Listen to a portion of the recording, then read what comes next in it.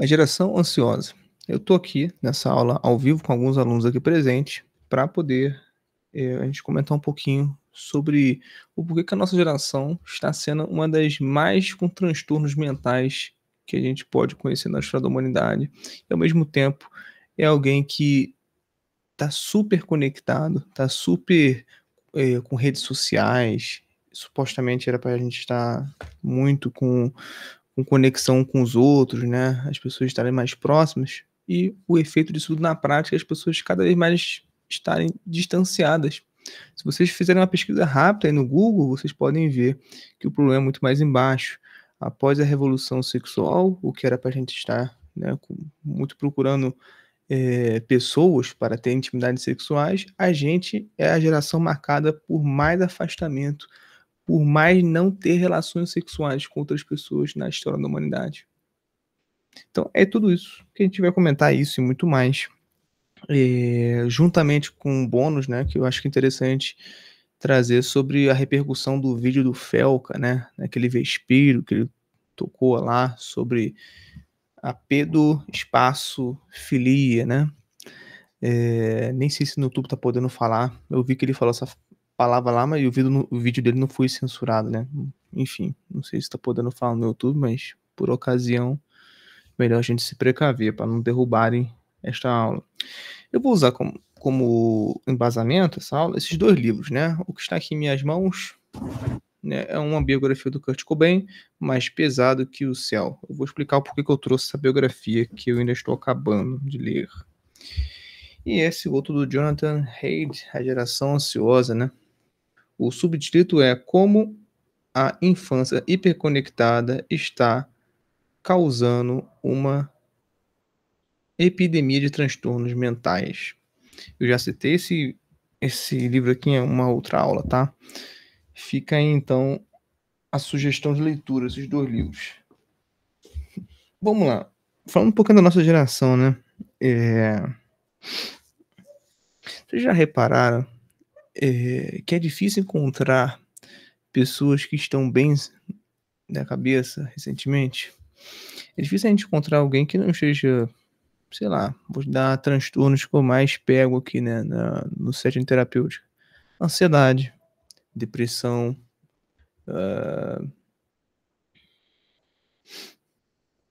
transtorno obsessivo compulsivo, que é o famoso TOC.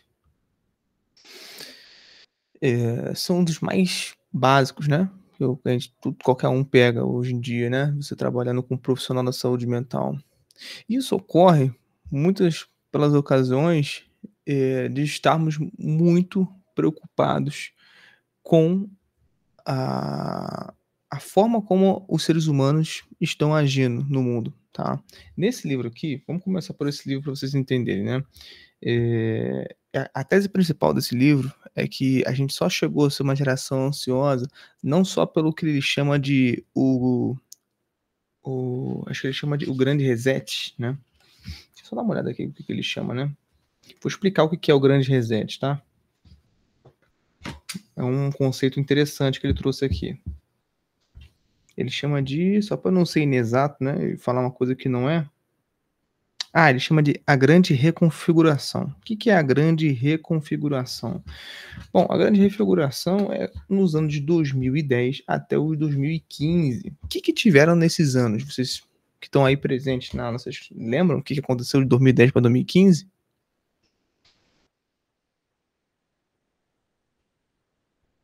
Aconteceu um apogeu.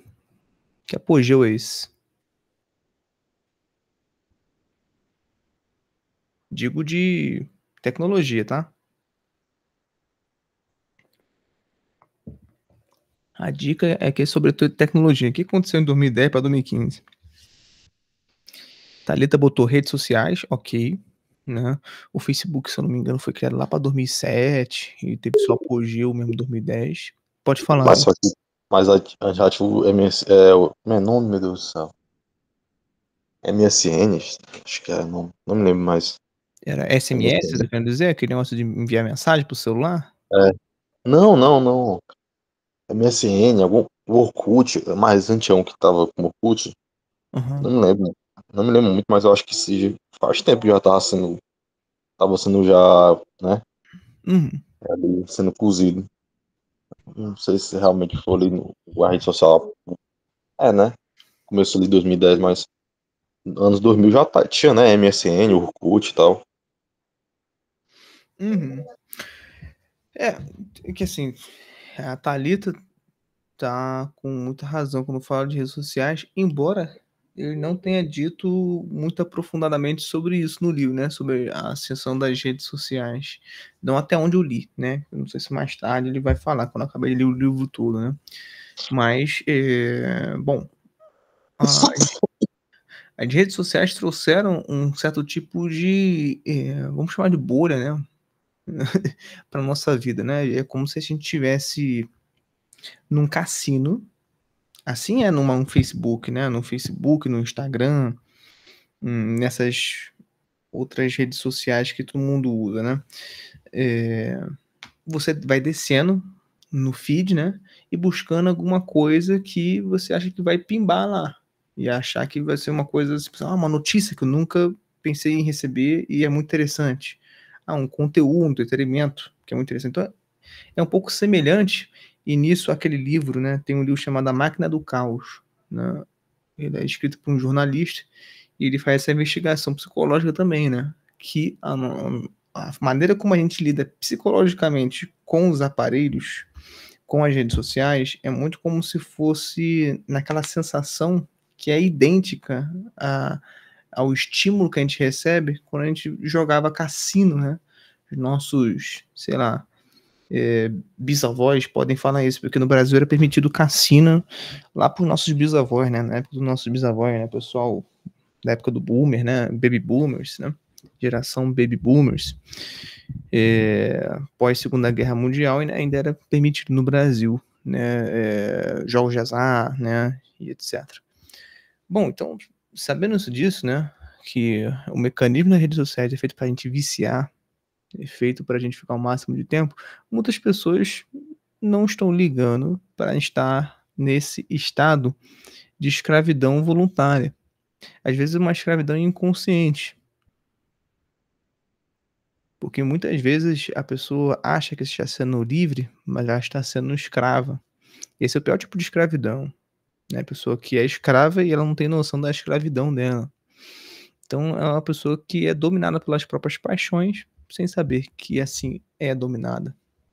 É semelhante à pessoa que propaga free love, né, amor livre, aquele negócio bem hippie, caipira, né, de faça amor, não faça guerra, pós-revolução sexual, que é difícil ficar propagando libertinagem, e mal ela sabe que ela é escrava do próprio corpo, que ela não consegue parar de ter pensamentos luxuriosos, né, de fazer sexo com pessoas desconhecidas, usar os outros como objeto. Mais tarde ela perde o próprio interesse por viver, né, vê a vida como algo sem graça, são pessoas que morrem solteiras provavelmente, né. Então, eh, esse tipo de pessoas, elas, são reflexo do nosso tempo que a gente está vivendo hoje, né. É muito comum. E aí, né, o que vale a pena, né, a gente comentar também é o seguinte, né, vamos lá, ah, em 2010 até 2015, mais ou menos, pessoal, não foi só a ascensão das redes sociais, tá? A gente teve um aumento drástico de ansiedade e depressão, né? Segundo aqui as estatísticas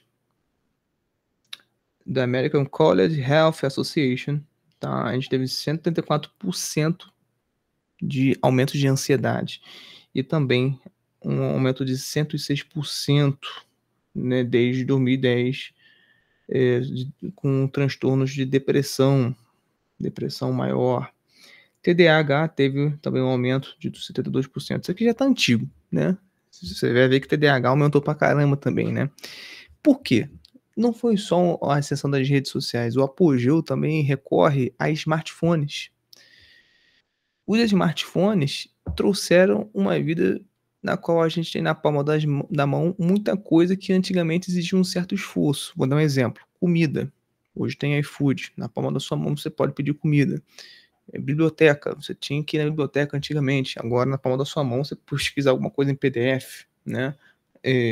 Mandar carta, antigamente você tinha que escrever, esperar a carta chegar lá na pessoa, mesmo que fosse um telegrama, mesmo que fosse um negócio, sei lá, via Sedex, uma coisa super rápida por correios, né?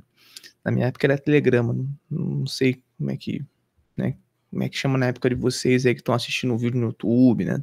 E quem tá aqui presente na aula. Mas, enfim, era algo que exigia um pouco de esforço. Hoje a gente tem o WhatsApp, né? Eu peguei a época do SMS também, né? O Ali até comentou aqui, né? Me lembrou do SMS. Eu me lembro que era 25 centavos. Acho que era 50 centavos. Você assinasse na TIM, né? Operadora TIM. Aquilo me lembro que era, uau, 50 centavos, né? Para enviar uma mensagem, né? Era algo que era acreditado lá no valor que você colocava no seu celular. Então, então MSN, né? MSN também. Só que a MSN era no computador, né, Lê? Não existia MSN por smartphone. Não que eu me lembre, né? Eu não peguei isso, nunca baixei para MSN no telefone. A coisa mais revolucionária que a gente já teve antes da internet era a ligação da casa um do outro, né? Telefone fixo. Skype já é para depois, né? Depois de 2010, né? Pelo menos eu peguei depois de 2010. Não sei quando é que foi criado o Skype. Não pesquisei, não estudei, tá? Então, Skype eu me lembro que eu peguei depois de 2010, né? Então, isso contribui para esses aumentos de transtornos mentais. Daí, pessoal, aí que vem o problema da aula, né? O que vocês acham? Vocês acham que um transtorno mental, ele vem sozinho? Ou ele vem acompanhado de outros tipos de transtornos? Vou reformular a pergunta. Um vício puxa outro vício? Ou um vício, ele pode ser unívoco? Ele pode vir sozinho, etc. Tem aquela, né? Se a pessoa tivesse lá já uma tendência para ter aquilo, eu acho que geralmente puxa já, né? Na psicologia a gente chama de comorbidades, né? O Matheus até falou aqui, um abismo chama outro abismo. É isso mesmo. Então, assim, uma palavra bonita, né, que a gente tem que se usa na psicologia é comorbidade. A pessoa que tem algum tipo de transtorno mental, geralmente ela tem outro tipo de comorbidade. Que comorbidade é essa? Bom, é alguma coisa que casa, por exemplo, com um transtorno mental predominante. Exemplo, a pessoa está com estresse pós-traumático, né? Então, assim, pessoas que têm esse tipo de transtorno, elas também têm um outro comprometimento chamado depressão maior. Isso ocorre porque, sei lá, vou dar um exemplo de um paciente que atualmente eu atendo, sofreu um acidente, e nesse acidente ele teve alguns tipos de dissociações da personalidade. Após também esse acidente, depressão maior. Então isso tudo vem meio que em degraus. Às vezes vem tudo ao mesmo tempo, tá? Mas a nossa mente ela é muito autopreservativa, né? Até nisso a gente separa como se fosse em degraus, porque se a gente sentisse tudo ao mesmo tempo, acho que a gente ia querer buscar suicídio, né? Então eu reparo isso, né? Que é como se fosse uma sequência, uma atrás da outra, né? Dos transtornos mentais. Assim também está sendo a nossa geração. Você vai ver que tem bastante adolescente que tem transtorno de déficit de atenção e hiperatividade. É o famoso TDAH.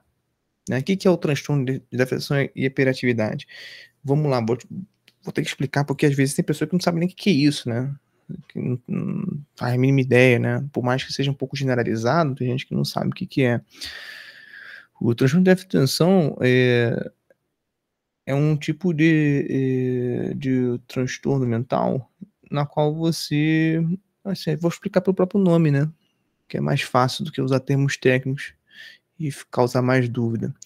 Déficit remete à falta, né? Transtorno de déficit de atenção, evidentemente a gente está falando, então, de alguém que está muito frequente em desatenção, tá? Hiperatividade, o que é isso? Isso está bastante ligado hoje com o TDA. Antigamente, se dizia que poderia haver transtorno de déficit de atenção sem hiperatividade. Aí hoje, com os estudos, a psicologia chegou no consenso, eles chamam de consenso científico, né? Enfim, não vou entrar no mérito do que eu acho sobre o consenso científico, né? Não acho que é bem por aí, mas tudo bem. Em que não pode existir déficit de atenção sem hiperatividade. Esse foi o consenso, né, dos especialistas. Então, assim, a pessoa que tem um sintoma, vamos dar exemplos práticos, para não ficar uma coisa muito teórica, né? É uma pessoa que, por exemplo, está aqui me ouvindo e está balançando a perna. É alguém absolutamente que está com a atenção multifacetada. É alguém que, por exemplo, não consegue prender sua atenção por muito tempo em algo que não esteja de acordo com o seu hiperfoco. Porque pessoas que têm transtorno de déficit de atenção, eles também têm um hiperfoco. O que é um hiperfoco, né? Acho que eu vou ficar eternamente explicando aqui os conceitos, então acho que eu vou parar por aqui depois do hiperfoco, não vou explicar os outros não. O hiperfoco é alguém que tem uma seletividade, vamos chamar de obsessão, né? Uma obsessão seletiva por alguns assuntos. Klaus, tenho hiperfoco em, sei lá, em compreender todas as espécies de peixes. Aí se você me perguntar assim, que peixe é esse? Eu sei que peixe é esse, né? Eu conheço um parente meu, né? Ele é garotinho.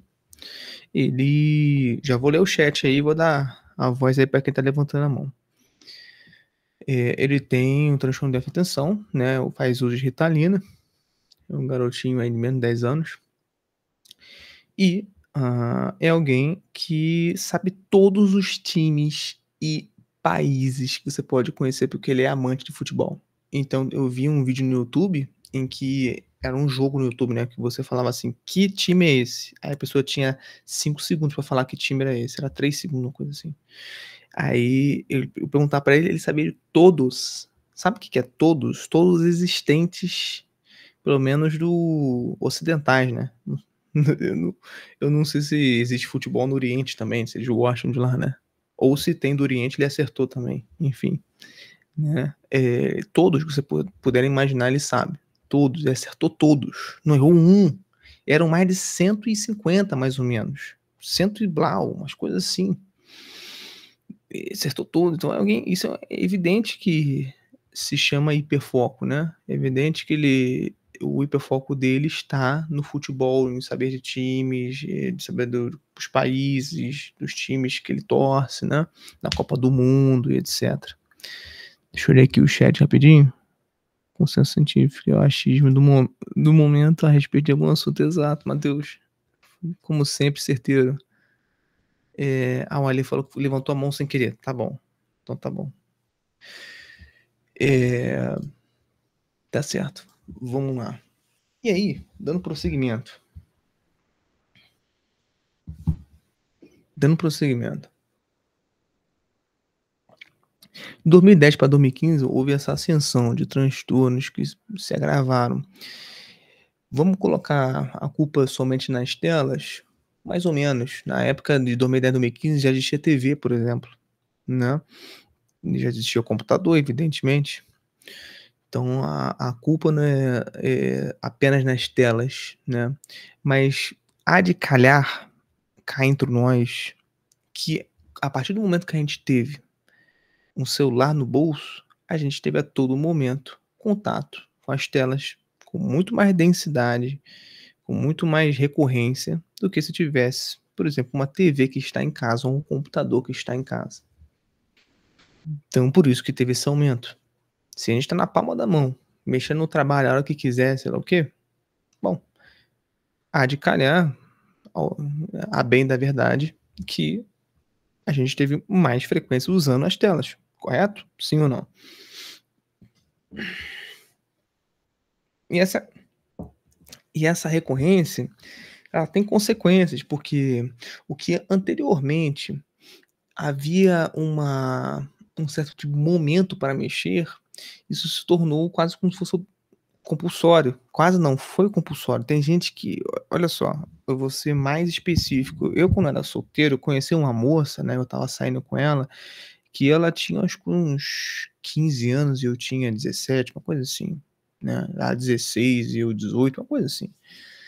E ela com essa idade, 15, 16 anos, ela não conseguia parar de ter tendinite. Ela de tanto ficar mexendo no celular, era um iPhone, né, que ela tinha, né, já era smartphone, não era aqueles antigos tipo BlackBerry, nada disso não, era smartphone mesmo, e ela ficava toda hora com aquele negócio, sabe aquele de mobilizar a mão?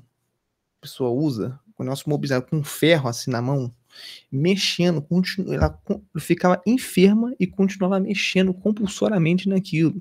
Vocês vão dizer que isso não é vício? Então vocês não podem relativizar, né? Há um monte de gente que vai ficar falando, não, mas espera bem, né? Não tem como ficar viciado, né? Tão fácil assim. Olha, eu arrisco dizer, vou dizer uma coisa que vai espantar muita gente, que usar celular nos tempos de hoje, com tanto de estímulos, com tanto de conducionismo que muitos especialistas fizeram nas redes sociais para que você fique viciado, usar rede social é muito mais viciante. Usar celular, portanto, é muito mais viciante do que dar um trago num cigarro. Façam a experiência aí se vocês acharem ruim, né. O que vocês acham que vocês conseguem ficar mais dependente, né?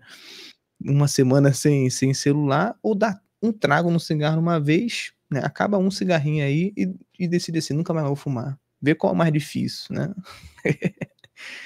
Pode falar, Lê. Não sei se tu já ouviu, quando uma pessoa estuda sobre segurança da informação, tem a parte de engenharia social, sabe? Pode falar para uma engenharia social. Não sei se tu já viu no Instagram, geralmente tem aquelas partes do cara ficar rolando e tu vai vendo vários vídeos infinitos de coisa. Tu já viu? Me Já. pega muito negócio de ferramenta. O cara vê lá, faz um negócio, eu fico impregnado naquilo. Isso não é uma prática de engenharia social. Isso ali. Quando o programador programa um algoritmo lá para trabalhar daquela forma, ele joga lá, né? E fica jogando. Isso ali é uma forma de desprender isso ali praticamente. De modo que tu fica meio que viciado naquilo, tá entendendo? E quando ele de vez em quando joga uma coisa meio aleatória ali, só pra tentar disfarçar. Uhum. É, essa engenharia social, né, ela não foi feita à toa, né. A ideia não sei se vocês notaram, a intenção de hoje é que o máximo de pessoas estejam capturando sua atenção o tempo todo. Não sei se vocês já notaram isso. Tanto no Reels como no Instagram, o algoritmo tá cada vez mais em TikTok, Instagram e etcétera, fazendo com que vídeos curtos tentam um mínimo de tempo possível prender sua atenção, o máximo de tempo. Então, quanto mais ela tá ali em êxtase, hipnotizada na rede social, inclusive o YouTube também faz parte desse ramo, né, melhor, né, melhor, porque além de mais renda que dão para eles, mais, poder também dão para essas redes sociais. Pode falar, Matheus. Pelo que eu percebo a respeito desse assunto, eu acredito que o maior ferramental que se utiliza para incentivar o vício, no caso, seria alterar a percepção que nós temos do tempo, né? Isso começa não só com as redes sociais, tá? Mas começa antes das redes sociais, a tá em ambientes que todos nós frequentamos durante a nossa infância, adolescência e vida adulta, né? Como por exemplo, shoppings e supermercados, né? Você já notou que quando você entra em shoppings e supermercados, eles são ambientes que não têm janelas? Nem Você entra, relógio, em nem loja, então assim, você entra nesses lugares, loja de departamento e tal, porque eles querem que você entre nesses locais, mas que a sua percepção do tempo ela seja alterada. uhum, E uma das formas de você ter de perceber o tempo é você ver a frequência da luz, né? O passar da luz, né? Durante o dia, né? E aí, por isso que todos esses ambientes eles são totalmente desprovidos de janela para que você não perceba isso. E aí, você não percebendo o tempo, naturalmente você não sabe se você está demorando ou não naquele lugar, né? E aí, aliado a essa questão de distorção temporal, você tem agora essa guinada desse ferramental para as redes sociais, né? Que antes do TikTok, nenhuma delas era tão eficiente quanto o TikTok passou a ser, né? E todo mundo tá copiando ela atualmente, né? Os vídeos de 30 segundos que agora estão sendo estendidos para 1 minuto são tipo fast foods de dopamina que a pessoa vai passando o vídeo e aí a pessoa vai falando, não, é só mais 1 minuto, não, é só mais 30 segundos. Quando vê, filho, você tá 1 hora, 1 hora e meia dentro da plataforma, né? uhum. Então, todo o ferramental de vício, pelo menos da modernidade agora, ele migra. E ele migra não da questão de você incentivar o vício só com prazer, como era, por exemplo, na época do sexo livre, como era na época do drogas, sexo, drogas e rock and roll, né? Mas também você alia prazer à distorção que o indivíduo tem com a vivência do tempo. Então a gente está numa realidade onde o ferramental que incentiva o vício e que promove essa roda do vício, ele está muito mais apurado, não é verdade? Pois é. E vale salientar, né? Não há janelas, muito menos relógios em shopping, né? Já repararam isso, né? Porque funciona como se fosse um mecanismo meio de cassino, né? Quanto mais tempo você passar ali, melhor.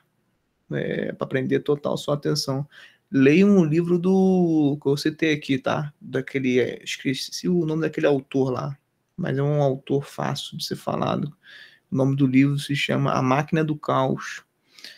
Muito bom, que ele também faz essa abordagem de como as redes sociais, né, como a internet em geral, trabalha como se fosse um cassino dentro da sua cabeça, né, para prender o máximo da sua atenção. Pode falar, Matheus levantou a mão de novo. E é até vivendo esse tipo de realidade, Klaus e demais participantes, eu acho que vocês começam também a entender o que é que o Elon Musk falava, né? Quando ele falava que o cidadão do futuro seria aquele cidadão que não teria nada e seria feliz, né? Então, tipo, você não Uhum. precisa ter mais nada, você não precisa ter um carro, você não precisa ter uma casa, o sonho americano tá cada vez ficando mais caro e tá cada vez mais ficando mais inacessível, não importa onde você esteja, né? A gente está migrando para uma configuração econômica onde parece muito com o fascismo, né? Onde você tem um governo comandando tudo, onde você tem umas duas, três, quatro ou cinco empresas que são amigas do governo e estão também pagando a festa, né? E você tem uma massa de pessoas que vivem de salário mínimo, assalariados, ou de assistência do governo, né? E aí, essas pessoas elas não têm condição de ter nada, absolutamente nada. Então, como é que elas vão ser felizes? Já que propriedade para elas é alguma coisa que só existe no dicionário, né? Elas vão ter que realmente viver do quê? TikTok, showzinho grátis, diversão barata, videogame, smartphone na mão de todo mundo para todo mundo ficar curtindo plataforma. É isso, você não vai ter nada e você vai ser feliz, né? Uhum. É, é uma espécie, né, de mundo paralelo mesmo, né, como estão chamando hoje de cyberpunk, né. Ah, e aí, assim, só para não vou indo para outro assunto, pode falar, Alex, você levantou a mão? Isso, só completando o Matheus, eu não sei se tu já ouviu, Klaus, mas geralmente no mundo que o pessoal que faz pentest, o nome que dá isso se chama backdoor, que é um backdoor, entrada do porto do fundo, ou seja, por exemplo, quando tinha, sei lá, um funcionário dentro da empresa lá que tu queria invadir aquela empresa, né? Ele mandava um backdoor. O que é um backdoor? Vamos dizer que estudava aquela pessoa, sei lá, se gosta de futebol. Aí colocava o nome do arquivo lá, sei lá, jogo do futebol, sei lá, ponto .apk. O ponto .exe. Quando a pessoa clicava, né, podia rolar no background o malware, né, a backdoor. Colocando isso para rede social, eu acho que tem muito do algoritmo que está fazendo justamente isso, modo de opinião. Ele pega, sei lá, alguns pontos, né, tipo assim, tá, não sei que você gosta de futebol, né, e o algoritmo quer moldar a opinião daquele indivíduo, ele junta o que ele quer, ou seja, a porta de entrada, juntamente com o que ele está rodando no fundo. Por exemplo, ele pega um futebol, o comentarista faz um determinado crítica, sei lá, a um grupo, uma ideologia X. Então ele joga a backdoor, que dá acesso, e por debaixo, ou seja, no background, está rodando aquele malware. Isso geralmente é de engenharia social, tá entendendo?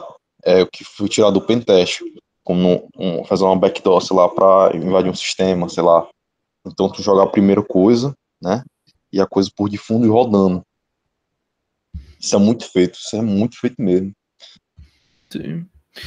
E assim, eu gostaria também de tocar num assunto interessante, né? Pra gente entender que não chegou do nada, né? Da geração que teve esse apogeu de 2010 para 2015, né? De transtornos mentais. O pessoal da década de 60, 70 já meio que fez, vamos chamar assim, né? Preparou esse terreno, né? em relação a gente estar num estado hoje, que a gente se encontra num estado que quem não tem redes sociais, muitas vezes não acha nem emprego. As pessoas às vezes precisam do seu LinkedIn, né? Ou do seu Instagram, porque senão eu, por exemplo, eu só tenho lecionando a minha profissão porque eu tenho lá o Instagram, né? Infelizmente, queria não estar mais lá, eu estou de saco cheio, já estou há anos trabalhando lá, né? Acho um saco já, né? E o Matheus botou rindo aqui. E aí, assim, pô, acontece que as pessoas hoje estão com medo, já notaram isso? De não ter e não fazer parte de um grupo. Não tem uma rede social, não tem um Instagram, não tem um LinkedIn, não tá na internet de alguma forma. Tanto que a frase predominante hoje é: se você não é visto, você é esquecido. Não é isso? Já ouviram essa frase aí? Se você não é visto, você é esquecido. Então você tem que ficar falando rios, tem que aparecer nas redes sociais, tem que mostrar sua vida pessoal. E isso abre muitas portas pelas quais a gente vê muitas disposições, né? Tais como a gente viu recentemente o Felca aí, né? Pondo como um exposit, né? Em relação à pedofilia. Mais tarde a gente comenta sobre esse assunto do Felca, tá? Porque, assim, tem muito o que falar, um assunto muito profundo. Pode falar, Matheus, depois eu vou guinar num outro assunto aqui. Então, só para concluir só para concluir o que você falou, porque eu acho muito interessante é o seguinte: a gente vive a modernidade e não existe nada melhor em matéria acadêmica e sociológica para definir a modernidade do que a teoria da modernidade líquida do Zygmunt Bauman, né? E aí, pegando carona nisso aí que você falou, onde a gente vive uma sociedade totalmente digitalizada, onde se você não tiver sequer algumas vezes um LinkedIn ou um Instagram, você não tem como se alocar dentro do mercado de trabalho. Eu estava aqui refletindo e cheguei à conclusão de que isso migrou até para a burocracia estatal, tá ligado? Então, tipo assim, a gente está vivendo uma realidade onde praticamente todos os serviços públicos ofertados por autarquias e entidades públicas estão migrando para o digital. E se você hoje for um cidadão que não tem ou está excluído desse mundo digital, você também fica à margem do usufruto dos serviços públicos. Por exemplo, eu estava dando uma olhadinha hoje no meu pai, ele estava precisando resolver um negócio do INSS e ele estava querendo ir lá na agência aqui de São Lourenço para ir resolver esse negócio do INSS. Aí a gente entrou em contato com eles lá e falaram: não, a gente não tá atendendo, não. Você consegue resolver tudo pelo 144 do INSS. Pode ir lá e ligar. Aí o cara fez: caralho, maluco, que é isso, velho? Então, a modernidade líquida atingiu até a burocracia do Estado, velho. Hoje, se você. Hoje as relações do Estado com o seu contribuinte também estão líquidas, pô. Não são mais materiais, não. São totalmente assim, virtuais, para não dizer até, tipo, facultativas, tá entendendo? O Aham. Estado só quer ter relação. O negócio é tão bizarro, mas tão bizarro, que daqui a pouco o Estado não vai querer cobrar imposto nem mais com dinheiro físico. Ou você faz no Pix, ou então, filho, você está devendo para a Receita Federal. Até a relação tributária do contribuinte com o Estado vai ser líquida, tá ligado? Vai entrar Exato. nessa dinâmica da modernidade líquida. É o Drex, é Exato. isso mesmo. Exato. Você vai chegar com dinheiro físico para pagar, não. Nós não aceitamos dinheiro físico, tá entendendo? E agora você vai recorrer às formas digitais de pagamento ofertadas pelo governo. Pois é. Não, e pior, se já notaram, daqui a pouco não vai ter nenhum atendente virtual, perdão, não vai ter nem a pessoa te atendendo lá do outro lado, é um assistente virtual, aquele que já responde automaticamente um robozinho por inteligência artificial. Bizarro isso, né? Eu fui pagar uma conta de água, agora aqui não sei se você já pagou aí, Matheus, mas você vai ver se tá tudo bem com as suas contas, se tem alguma coisa pendente, aí tem um assistente virtual, né? Um sai daqui, né? É É, bizarro, a, lu- é a luz bizarro. também, a luz também. Então, pelo menos aqui no interior, hein? 40 mil habitantes, hein, pessoal? Não sei como é que tá aí na cidade de vocês aí. Mas nem 40 mil habitantes que custava, né? Tirou o emprego de muita gente ficar ali atendendo, né? Virtualmente, assim, do outro lado, né? No computador. Eu imagino que deve E, ter tirado, né? Mas, enfim. É interessante a gente notar que a gente não chegou nesse medo generalizado à toa. Eu queria comentar que nos anos 60 e 70, se vocês notarem bem, esse livro salienta bem essa parte, né? A geração ansiosa. Tem aí, esse livro tá tão famoso que tem em PDF aí, tem no Kindle pra vocês colocarem de graça, tá?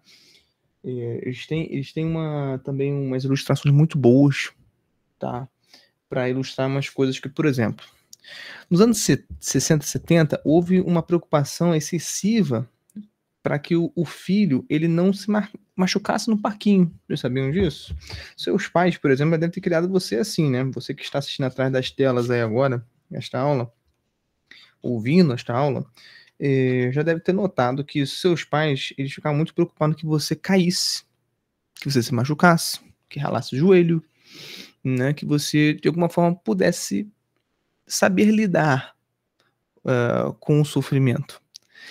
O problema disso, pessoal, é que a gente cria onde ficar, né? Aqui, ó, ele trouxe aqui um parquinho como ilustração, né? Um parquinho que era excessivamente perigoso, né? Isso aqui no Texas, tá sem data por enquanto. Esse aqui era um passinho excessivamente, que era realmente perigoso. Olha a altura que as crianças, olha essa aqui, por exemplo, né, está, né? Tem pelo menos, acho que uns 2,5 metros, 3 metros, sei lá. Não, tem 3 metros para cima esse aqui, tá muito alto. E aqui a gente tem esse aqui que é hoje em dia, né? A partir dos 1970, da década de 70, a gente tem atrações como parquinhos norte-americanos, essa rodinha. E assim, francamente, isso aqui, né? Aqui, ó. Um parquinho que é o antagonista que eu acabei de te mostrar, que é bem seguro, excessivamente seguro. Deixa eu ver se vocês conseguem focar. Pronto. Então esse aqui não tem como ninguém. Tem gente, tem pais que vão olhar e falar assim, nossa, tem como se machucar assim, né? Mas, enfim, se falam que tem como se machucar, isso só corrobora com o que eu estou fundamentando aqui agora. De que na década de 60, 70, houve uma excessiva preocupação com que as crianças não sofressem de alguma forma. Qual a consequência disso? É que a gente vai ter uma geração ansiosa, né, por conta das crianças não saber lidar com o perigo. A criança que está em desenvolvimento, ela precisa saber lidar com o perigo. Então elas precisam, às vezes, ralar o joelho, precisam, às vezes, bater a cabeça. Esse tipo de coisa, se acontecer, nenhum pai quer que isso aconteça, né? Ver quem a gente ama sofrendo, né?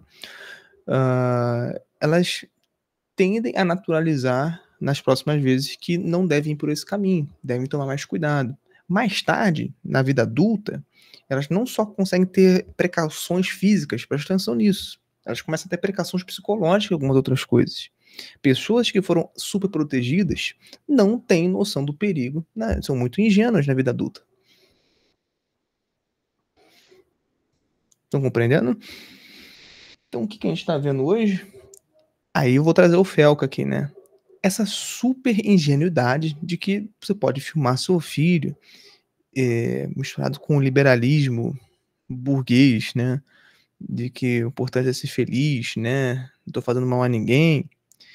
De que, assim, olha, eu tenho aqui minha filha, eu acho bonitinho, vou tirar foto, não acho que vai trazer nenhum perigo para ela, não acho que nenhum pedófilo vai captar foto, guardar com malícias, vender por aí para as pessoas num grupo de Telegram. Assista um vídeo aí, esse vídeo eu tô mandando para todo mundo que é pai, né? Pai e mãe, eu mandei no WhatsApp pra uma galera sobre a adultização, né? Do YouTube. Espero que você esteja vendo essa aula, esse vídeo do Felca não tenha caído. Nem gosto do Felca, viu? Nem gosto do Felca, mas ele mandou muito bem. Essa daí. Eu acho engraçado do Felca o seguinte, o cara é um ferrenho consumidor, orgulhoso de pornografia, mas no entanto ele pelo menos fez uma coisa boa denunciando esse pornografia infantil, né? Então ele financia lá um monte de atrizes, né? Ele influencia um monte de gente, de adolescente, e incentiva que as pessoas, né, vá lá descascar seu palhaço, né? E ao mesmo tempo não entende que ele está financiando a indústria pornográfica, que é absolutamente genocida mental, né? Destrói a cabeça das pessoas. Atrizes, pesquisam a vida de atrizes pornô, é batata. Todas elas se suicidam. Todas elas têm algum problema mental, entendeu? Todos os atores pornô, né, têm problemas mentais graves após trabalhar com pornografia, né? Deixa eu só dar uma olhada no chat aqui, que vocês escreveram alguma coisa. Paralelamente com excesso de proteção, em algumas situações, muitos pais permitem pacificamente conteúdos inadequados entrarem nas casas. Né? Exatamente, tá ali. entrar na presença dos filhos. E exatamente, conteúdos inadequados. O Felca é um relógio quebrado, acerta a hora 2 vezes no dia. Deixou de bola. O homem começou a treinar e começou a mudar, quem sabe, se Deus quiser, né? Se Deus quiser. Daqui a pouco a gente vê o Felca católico, né? Felca, defensor dos valores tradicionais, né? A favor de família, etc, né? A favor da moral. Então, assim, vocês estão entendendo o porquê do medo atual? Justamente por conta desse medo mais excessivo anteriormente dos nossos pais. A geração 60, 70 é o que mais se preocupou com isso. Curiosamente, é a geração que mais trouxe problemas para o momento que a gente está vendo hoje, né? É a geração pós-hippie, pós-revolução sexual, pós-Concílio Vaticano II, dá para colocar até nisso, né? Muita coisa aconteceu nos anos 60, né? Muitas coisas aconteceram nos anos 60. É impressionante. Bom, em relação a isso, né? Pós-liberalismo também, vamos poder chamar assim, né? Embora o liberalismo hoje seja mais um liberalismo velado, né? Disfarçado com algumas outras coisas. Uma mistagogia. Uma mistagogia com outras ideologias. E aí, paralelo a isso, eu queria trazer também, né, o precursor dos anos 90, que é este homem aqui, Kurt Cobain. Quem conhece Nirvana? Eu não ligo para Nirvana, não gosto da banda, né? Porém, eu acho a vida do Kurt Cobain um arquétipo dos anos que a gente está vivendo hoje, tá? Muitos daqueles adolescentes que vocês já viram, vocês acompanham aquela tempo de 2010? O 2010 é aquela época meio emo, o pessoal do cabelinho assim de lado, né? Meio de Justin Bieber, meio niilista assim com a vida, né? Que a vida não vale a pena ser vivida, tal, que a vida é insuportável. Aquela mistura de revolta com ranzinza, a pessoa que parece que é um velho num corpo jovem, a mentalidade de velho no corpo jovem. Assim era Kurt Cobain. Kurt Cobain tem uma vida interessantíssima. Por quê? Ele era um sujeito absolutamente uma representação dos tempos das crianças hoje em dia, porque ele era um sujeito que era muito hiperativo, né? Nem sei se ele tinha diagnóstico de hiperatividade, porém, na época dele é batata, que as pessoas colocavam goela abaixo, assim como hoje, só que antigamente eu acredito que seja pior, não sei se eu estou tendo uma má impressão. Assim como hoje as pessoas receitam um Rivotril, uma Ritalina, como se fosse algo com açúcar, anteriormente, para quem não sabia exatamente o que era um Asperger, não sabia mais ou menos o que é um autismo 1, autismo 2 que a gente diz hoje, né, autismo 3, etc, etc, se receitou para o Kurt Cobain, por ser uma criança naturalmente agitada, né, o Ritalina. Então, Ritalina é uma droga, né, um remédio que faz com que você fique, ele mexe mais com o seu lóbulo frontal, né, então, e portanto, por mexer no lóbulo frontal, mexe também muito com a questão da atenção. Ele é receitado por pessoas com transtorno de atenção, com autismo, etc, né. A hiperatividade também funciona, tá, e para alguns casos até mesmo depressão, beleza, Ritalina. A questão de ter receitado para uma criança com menos de... Deixa eu só dar uma olhada aqui que eu anotei com quantos anos ele foi receitado, né? Com menos de 9 anos, tá? Você receitar Ritalina faz com que na vida adulta há grandes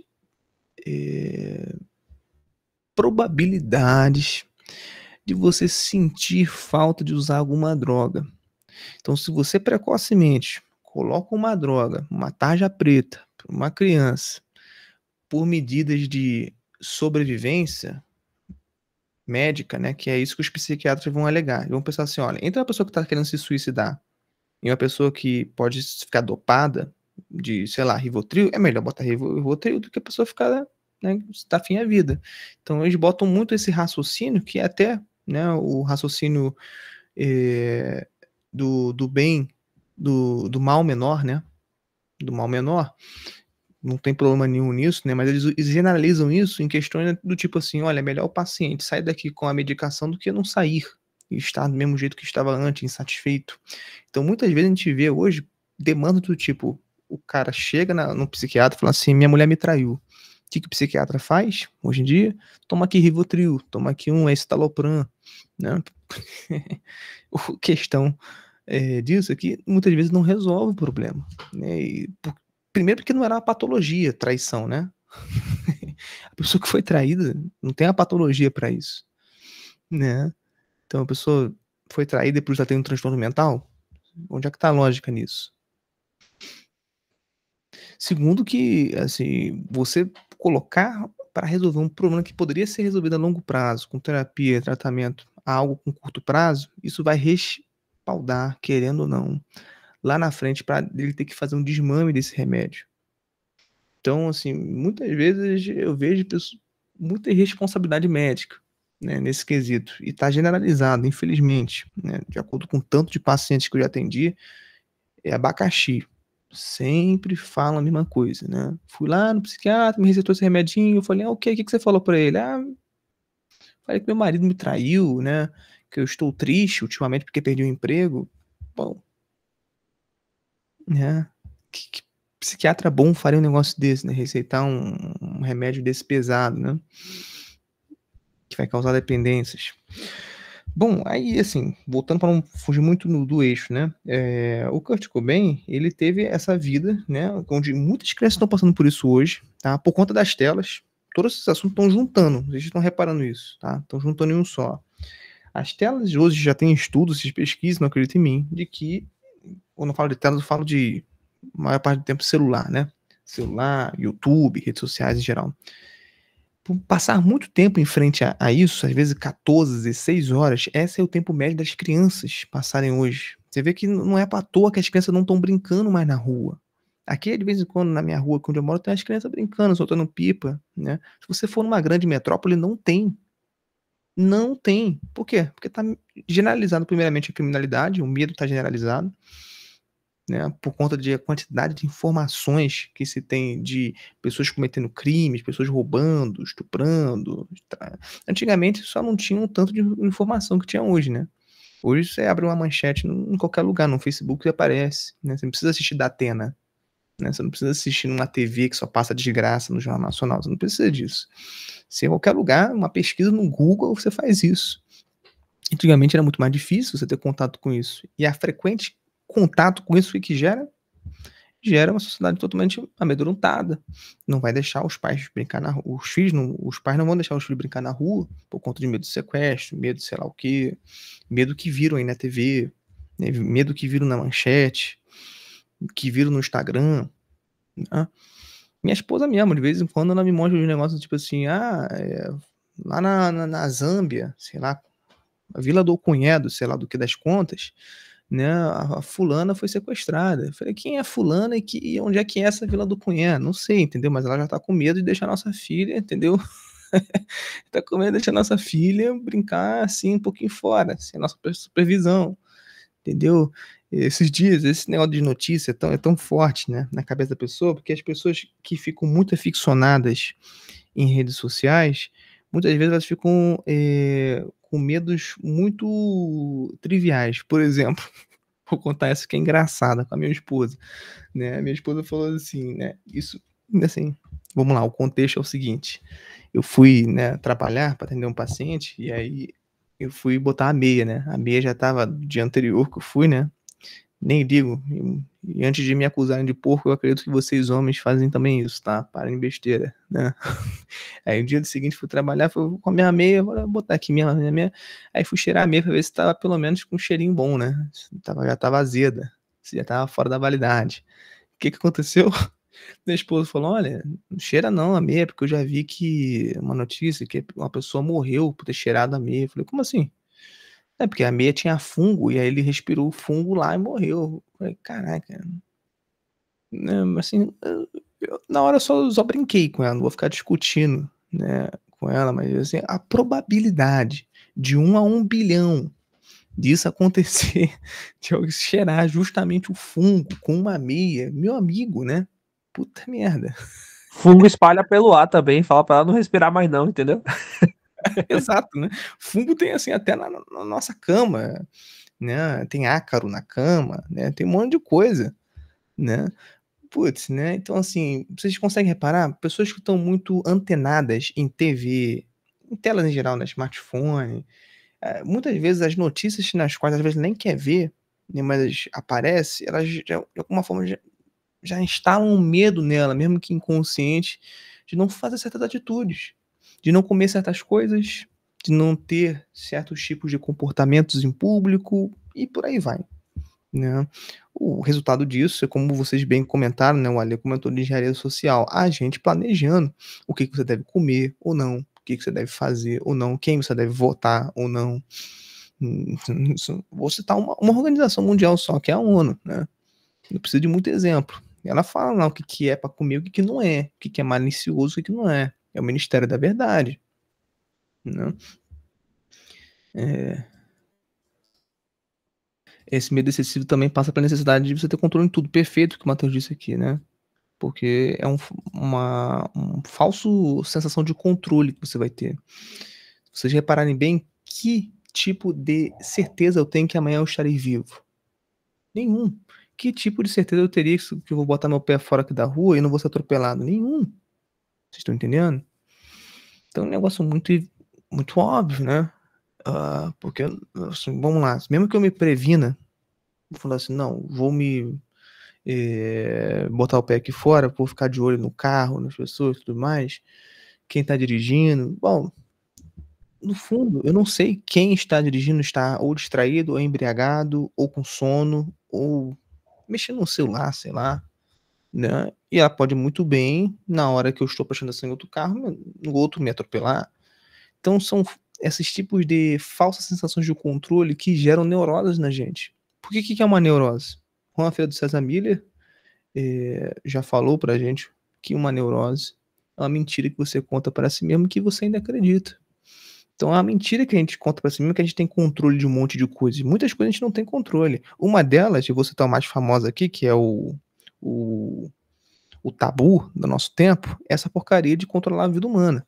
Pessoas que ficam usando DIU, camisinha, anticoncepcional, todos esses métodos já disse que são, não são 100%.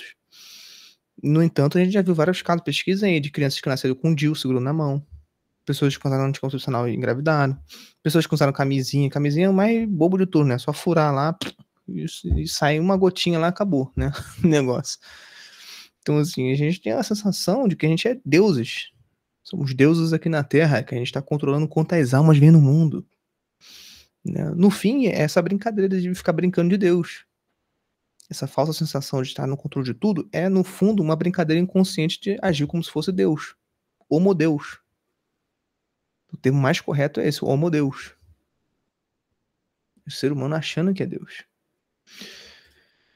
O Ale levantou a mão, você quer falar ainda, Ale? Eu podia chamar isso de, sei lá, existe alguma forma de terrorismo, sei lá, em forma de propaganda? Eu acho que o Matheus poderia até explicar de forma geral. Eu não sei se isso pode ser para fazer terrorismo. Quando as empresas colocam esse algoritmo para trabalhar dessa forma, seria uma forma de terrorismo praticado contra a sociedade civil? Com certeza, né, no mínimo uma forma de responsabilidade, né, na hora de gerar uma notícia, por exemplo, essa mesma responsabilidade os jornalistas têm que ter, né. Mas você tá falando terrorismo no sentido jurídico, Ale?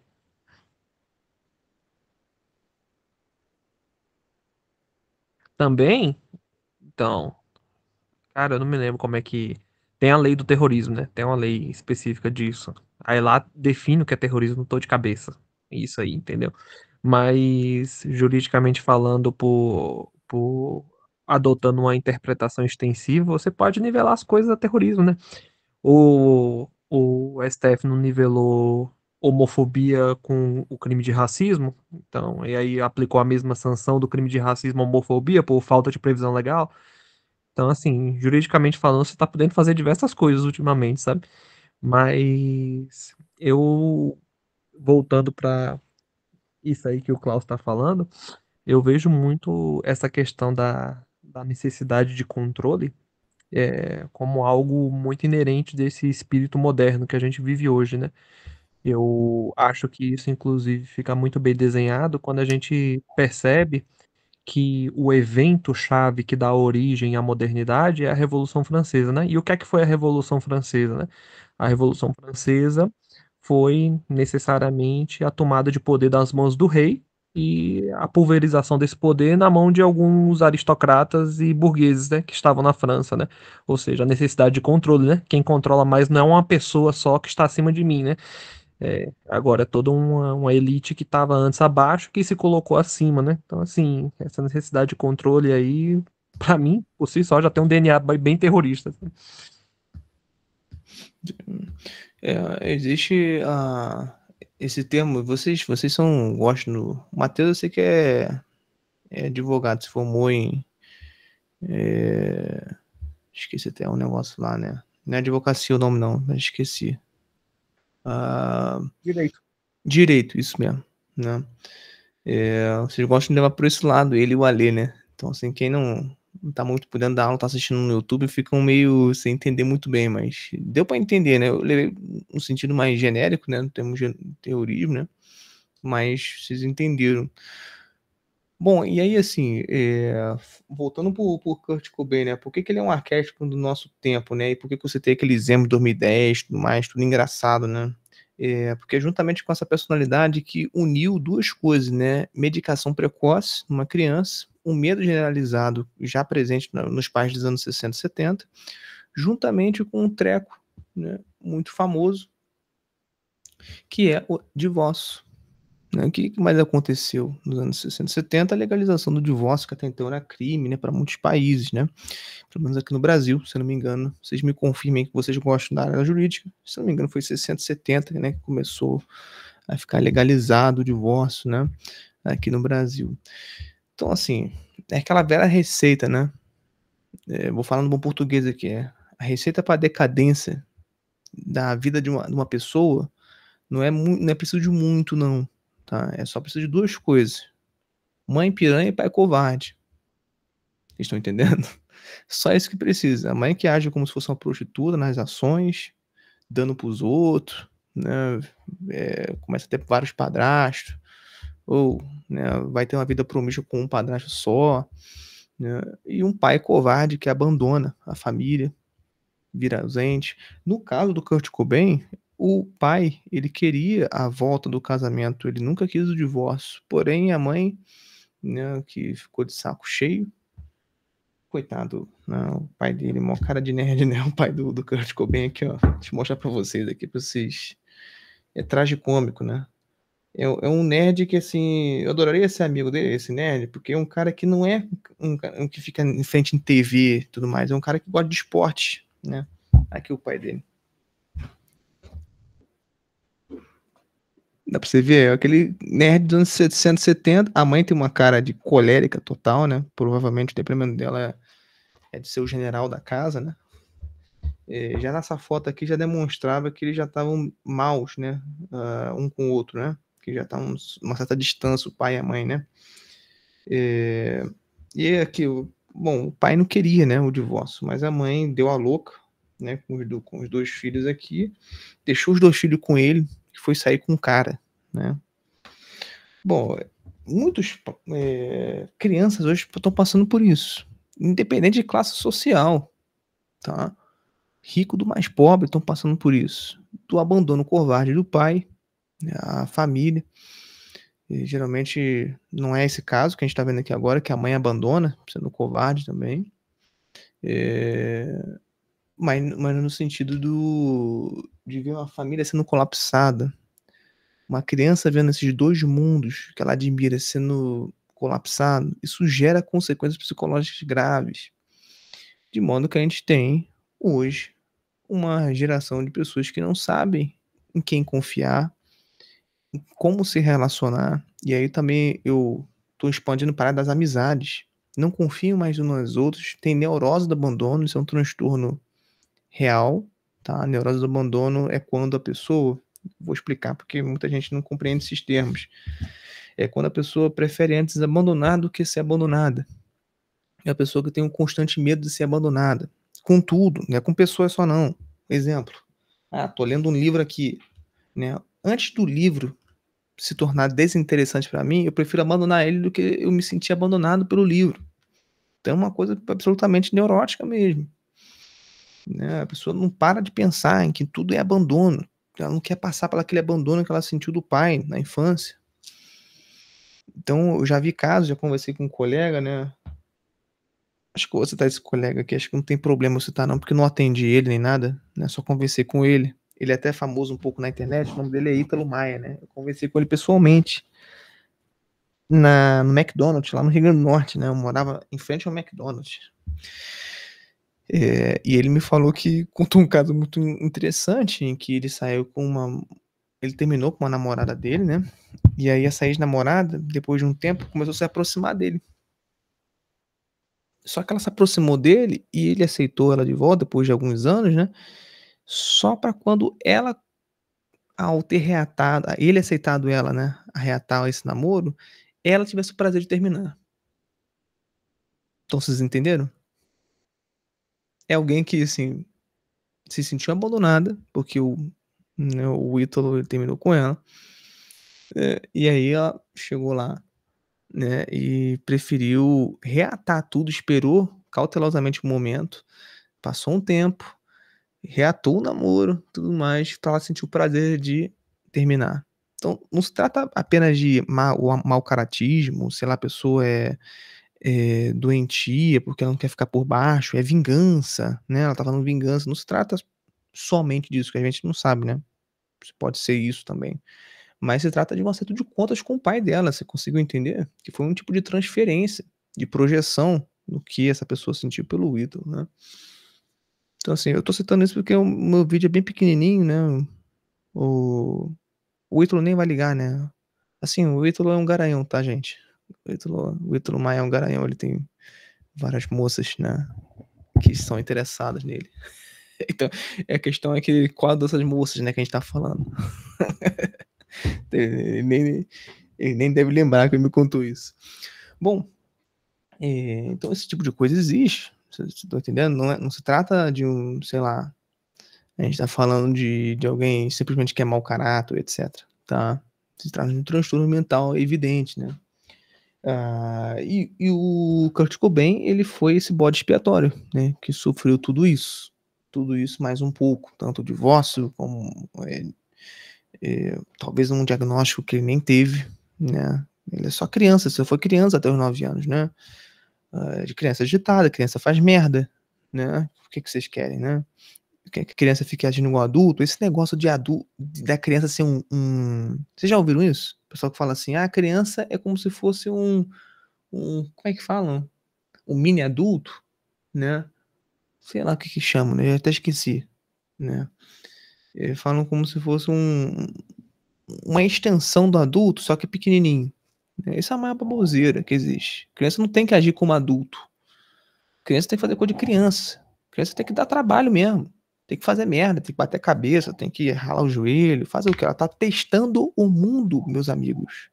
Ela acabou de chegar no mundo. Não tem como você medir ela segundo você que já testou o mundo, já passou da terceira camada. Perdão, da terceira não, da segunda camada. Né? Você já passou da segunda camada, da terceira, provavelmente, como todo brasileiro, você está na quarta, a camada da afetividade, né? Você que está me ouvindo aí no YouTube, tá? Mas uma criança não, ela sequer está na quarta, ela está experimentando o mundo, acabou de chegar, ela está testando, ela está vendo, né?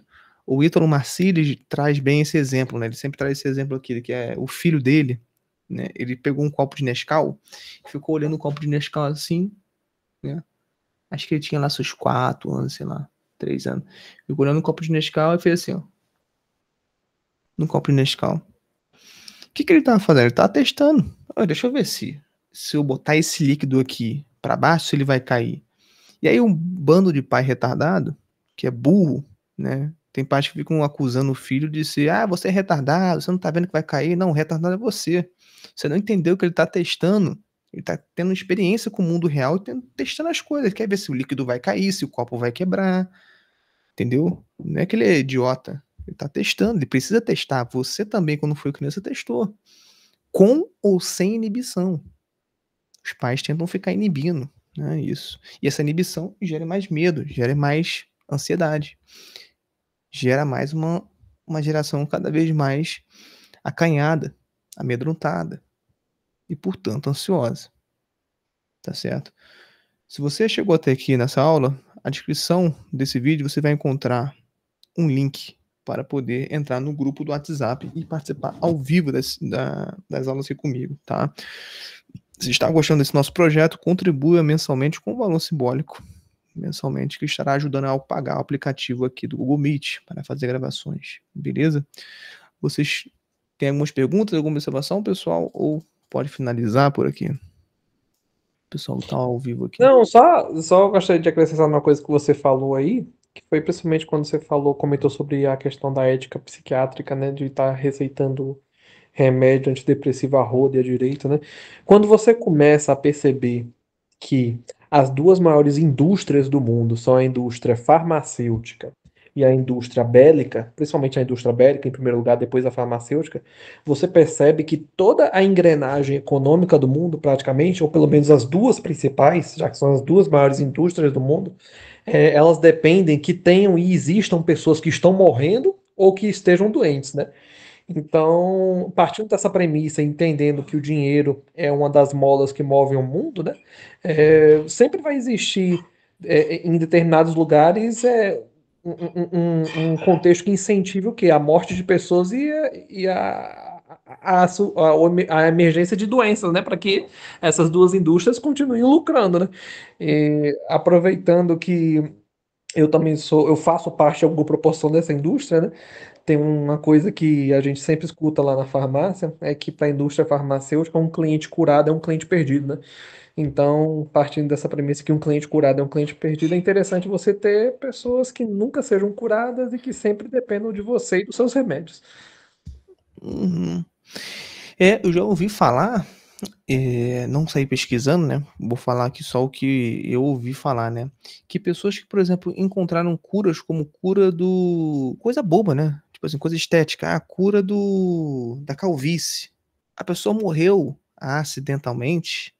Eu coloco acho porque eu acho muita coincidência. No avião, entendeu? A pessoa do nada sumiu. Ou às vezes, quando não morre no avião, ela some, né? Do nada. Ou seja, foi comprada por alguém que ofereceu milhões de reais, né? Para não divulgar. Claro, quem ganha nisso tudo é quando fica dependente, né? Certo? Tantas indústrias farmacêuticas, inclusive, lançou um livro muito interessante na editorial, né? Que eu tô doido para comprar, que fala sobre esse assunto, né? Também das indústrias farmacêuticas. O nome desse livro é Mercadores do Medo e as Indústrias das Falsas Ameaças, do Patrick Moore, tá? Pesquisem na Amazon, já está disponível para compra. Parece que ele vai tratar sobre esse assunto que eu li lá, o sumário, né, dele. Muito interessante, tá? Mercadores do Medo e as Indústrias de Falsas Ameaças, das Falsas Ameaças. Pois bem, então é isso, pessoal. Vou finalizar por aqui que eu tenho alguns compromissos ainda essa noite para fazer. Fiquem com Deus até semana que vem.